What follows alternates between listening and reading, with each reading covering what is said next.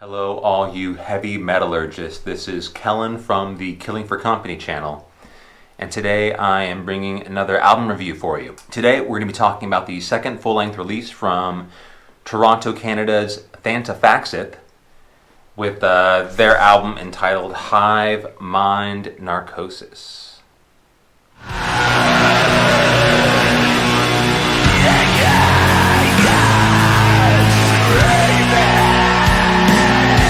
So Thantifaxath is a trio from Toronto, Canada. They choose to remain anonymous, but on this second full-length release, it sees them sort of continuing what some would call an avant-garde style of black metal. I think people will use that phrase casually here. It's probably best or most helpful to describe their sound as being part of a generation that really arrives in the 21st century post the likes of, say, Blutausnord or Despel Omega.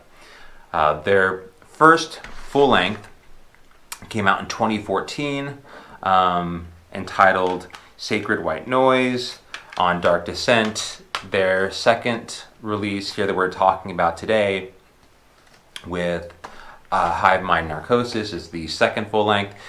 Demo released earlier, I think in 2012, and then there was an EP in 2017. It sort of carried them through that time period of 9 years in between releases. But their sound, is probably best described if you look at the likes of Oranzi Pazuzu, Kralis, Imperial Triumphant, bands that are appearing around that 2010 time frame, where it seems like the vocabulary as to what probably is easily described as black metal starts to dissolve. Artists that are coming out of the 90s, sort of raised on extreme metal, are building a new vocabulary where it's somewhere between death metal, somewhere between black metal, and a whole lot more experimenting, trying to come up with new ideas to inject some creativity within genres that had well-established sort of orthodoxy. So how do these new bands come around and introduce a new sound? I think one of the major appeals for a band like this is for those who truly want to embrace a certain element of disorganization and revel in that kind of chaos. This band sort of strikes that note. It's interesting here in the 21st century, notions of what traditionally Satanism, I think, has meant. There's this sort of newer school where bands are trying to take some philosophical element within Satanism and trying to apply it towards a sort of destructive creative force. And how that sort of plays out sonically, a band like Thantifaxath is sort of latching onto. And ultimately for the fans of this band, I think that is one of the central appeals, is just to sort of find this continual sort of maelstrom of noise and hoping to find in the end that there is some meaning or sense of direction as to where the songs eventually lead you.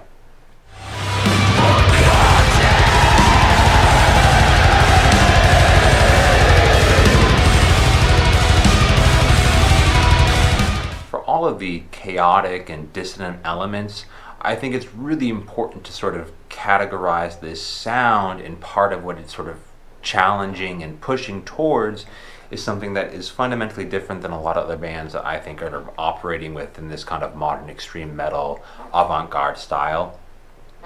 I really cannot overstate the kind of sort of rigid, metallic, icy register. I think when we traditionally think about black metal, it operates within that sort of upper reaches of mid-range and treble. That's sort of your sibilant or harsh, scathing, so to speak, elements. It borrows essentially that sort of as an operational playground in terms of sound, but what ends up happening is everything is so well defined in terms of its small incremental pieces, and then the assembly to their sound is ultimately what is most appealing. once again, I really think that sort of scattered across the floor puzzle piece approach to how they're bringing a song together is one of the more apt ways that you can understand this level of chaos.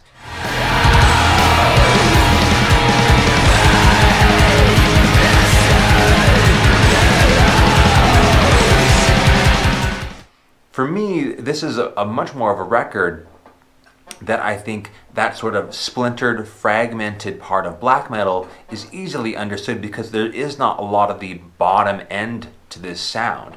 So much of it exists in sort of small fragments of what black metal is, but the fact that it's sort of existing in these small sort of noise rock arrangements, all living at the upper register and sort of upper mid-range and treble, you know, the raw material is clearly coming from a black metal background, but the way it's assembled so meticulously completely shifts sort of the experience for us as a listener. It is almost lives out in terms of like noise rock kind of structure and, you know, opposition or challenge in terms of how we experience the record, rather than sort of a driving, scathing, you know, black metal canvas. This is far more sort of splintered pieces that you're sort of trying to dig through in order to find where a song eventually leads you.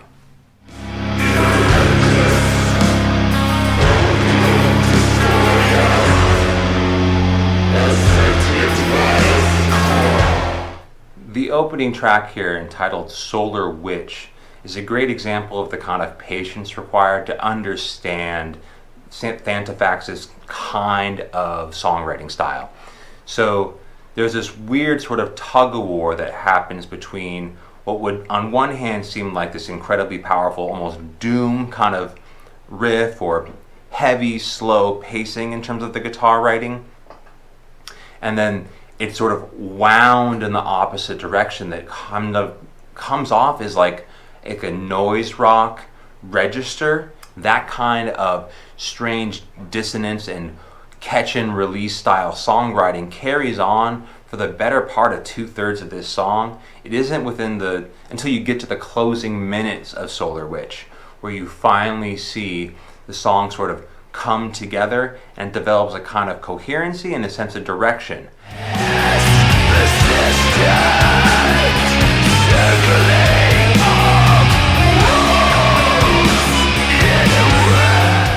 The second track, entitled Surgical Utopian Love, is my favorite on this record. It's also the longest, coming in over 10 minutes long. It starts with a little bit more of a traditional extreme metal or black metal kind of blast beat, and you feel maybe we're going to get into something a little bit more traditional. At least that would steer you towards black metal listeners who are interested and have less patience for the more experimental nature of this band, but that doesn't last too long. This is very much a project that looks at the kind of guitar writing first and foremost, and is playing with themes, tropes, any kind of comfort zone that you hope to find within a black metal project or an extreme metal project for that matter.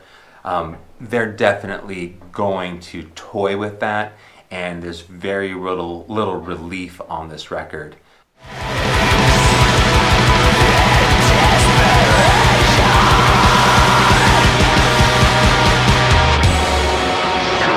So the pacing of this record isn't just pure chaos. For as challenging and splintering as the guitar sound can be, it's also one that offers this level of sort of celestial confusion, meaning it sort of lives above you the entire time as you're sort of in this psychedelic element of modern avant-garde black metal.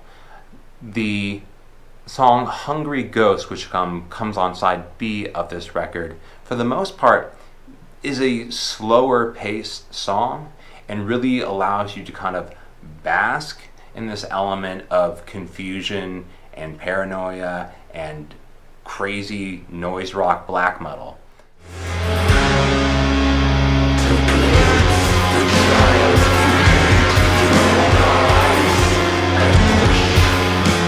after 9 years of practice songwriting, I do feel just like Sacred White Noise, brought together, yes, left field sort of ideas with extreme metal.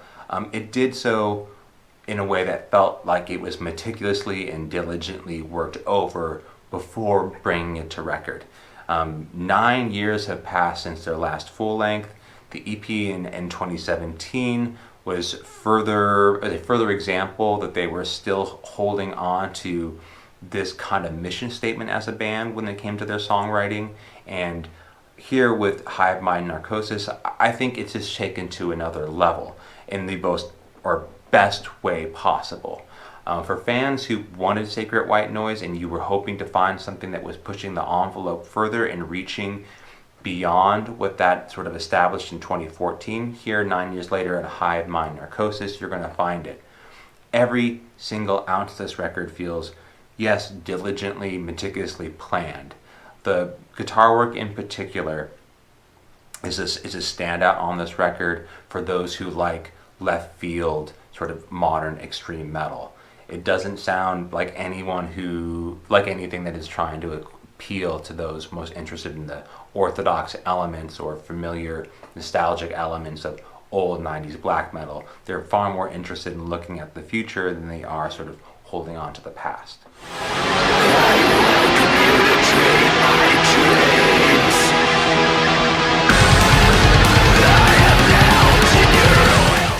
So in closing, if you were a fan of Sacred White Noise in 2014, you'll be a fan of Hive Mind Narcosis.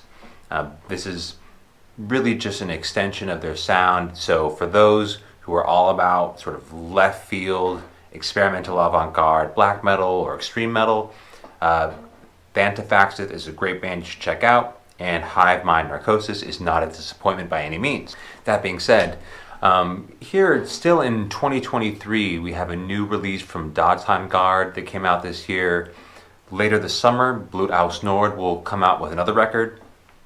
And since the 2014 of Sacred White Noise, this field of experimental or avant-garde black metal has become increasingly more, I would say, popular. By no means would I say it is the norm, but whatever was revelatory about Sacred White Noise when I first heard it back in 2014, this record seems a little bit less impactful for me, just because the sound has become a bit more pervasive within the modern extreme metal scene. So that being said, there are going to be a handful of releases that probably compete for this spot within my end of year list.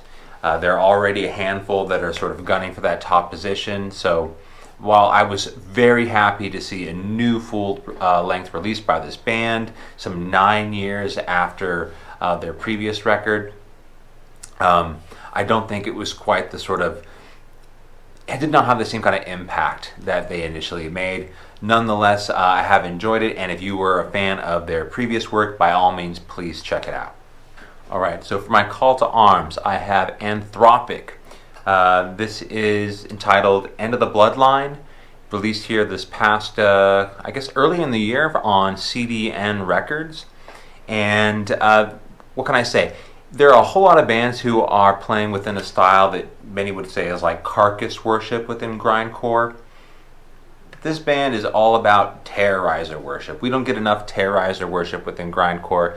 A bunch of guys who have been around the metal scene for a while, doing grindcore the way it should be done, in terms of the classic era within the genre. They do it incredibly well. Stripped down, bare bones, amazing grindcore. And if you don't pick this up from the band themselves, you can check out Pat over at the Ground Zero Salem Distro. He's got plenty of copies for these, I hope. I picked it up through Pat, so shout out to friend of the channel here at Heavy Metallurgy, Pat over at Ground Zero Salem. Go pick up this Anthropic release. You will not be disappointed. Okay, so that's all I got for you. You can catch me on the Album Club, and you can also probably follow a link below over to my channel, where I just did a stream with Marty talking about the most recent Sacred Outcry release. Until then, I'll see you guys later. Bye.